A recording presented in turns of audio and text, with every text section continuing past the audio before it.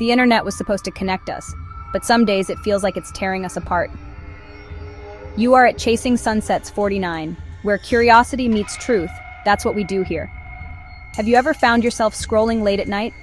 One post, one opinion, and suddenly the comments explode into digital warfare. Insults fly, not ideas. And here's the hard question. What does tolerance mean in a borderless world where some voices don't just disagree, but try to erase others? If we get this wrong, our digital spaces, built for sharing and learning, could turn into arenas of hostility, just like Rome's Colosseum. Think, Trump versus Jimmy Kimmel. Is it free speech or a battle to silence? These aren't just headlines, they're warnings for democracy. If you're finding value here, hit subscribe. I post one long explainer and 2 shorts every week to spark curiosity and conversation. Now there's a powerful idea that helps us understand this tangled mess. Karl Popper's paradox of tolerance. Popper warned in 1945 that if a society is completely and totally tolerant, it risks being destroyed by the intolerant. Let's break it down. Imagine you've built a beautiful open garden where everyone is welcome. You say, "Come on in. All flowers are welcome here."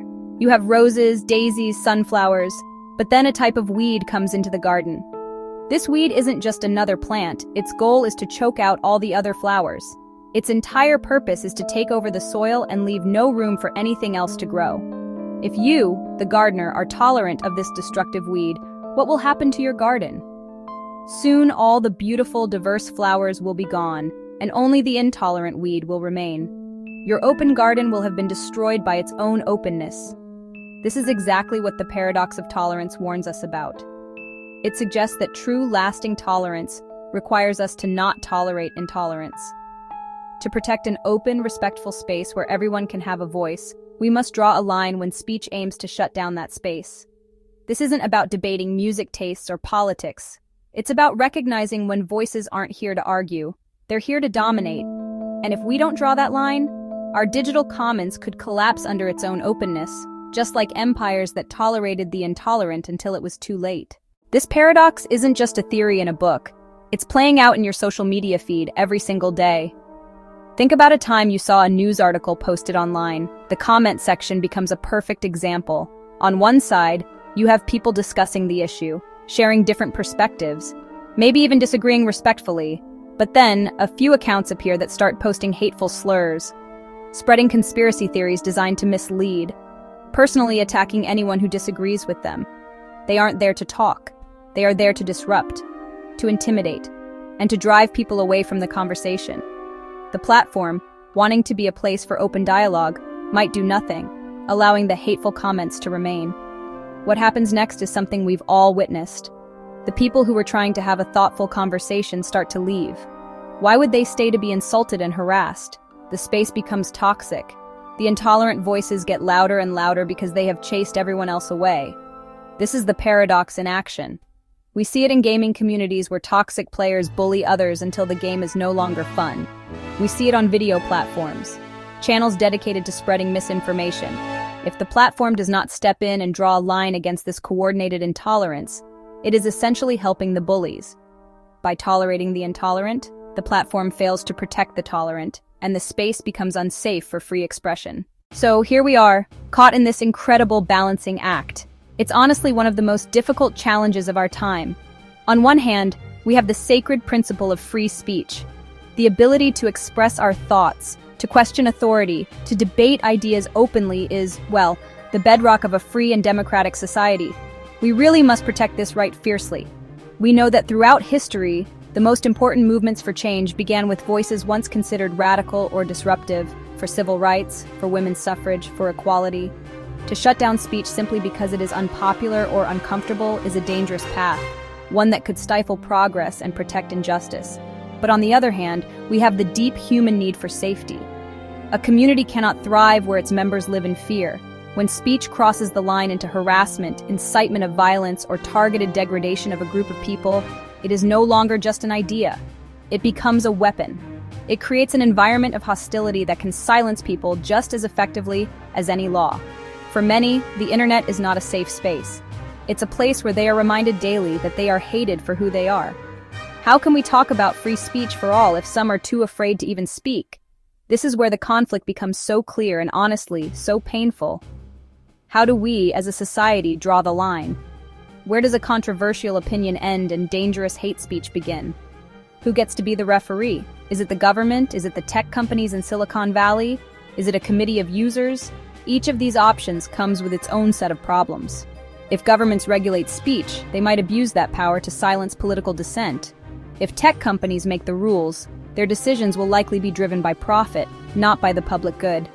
And if we leave it up to the crowd, we risk mob rule, where the majority can simply vote to silence the minority. So, with all this complexity, what can you, just one person, actually do?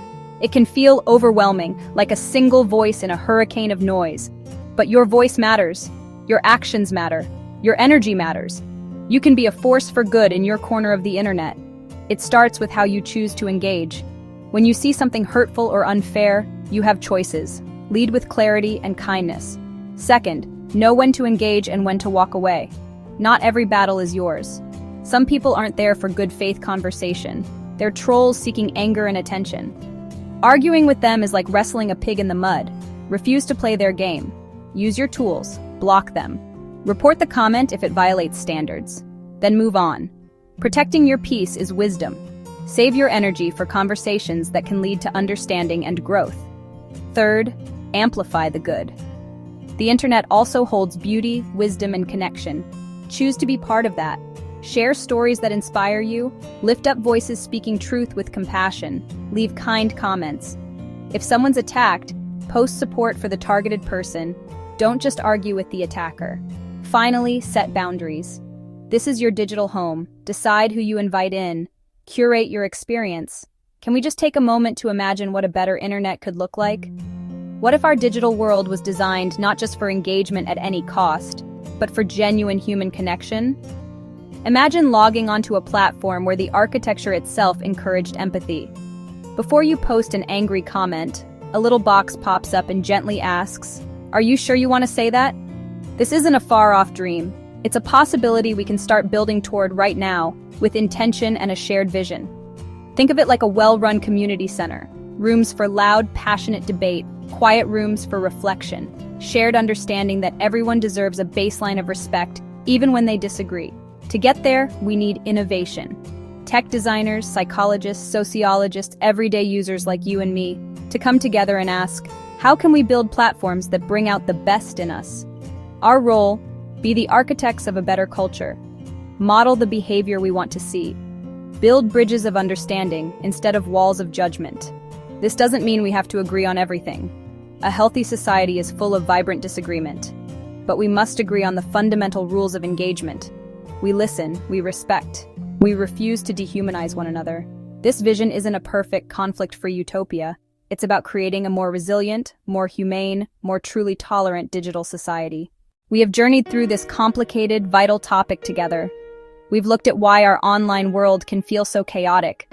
We've unwrapped the paradox of tolerance and seen how it shows up in our daily lives, forcing us to make difficult choices between total freedom and collective survival.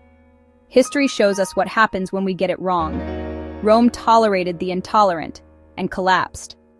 Today, when Trump lashes out at Kimmel, or when voices weaponize platforms to silence others, we face the same paradox.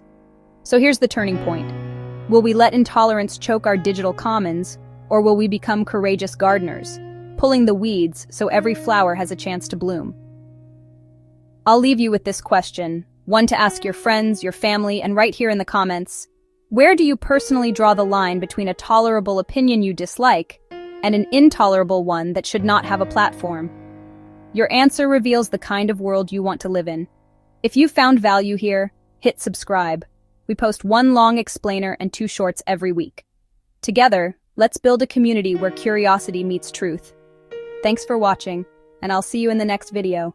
Take care and bye.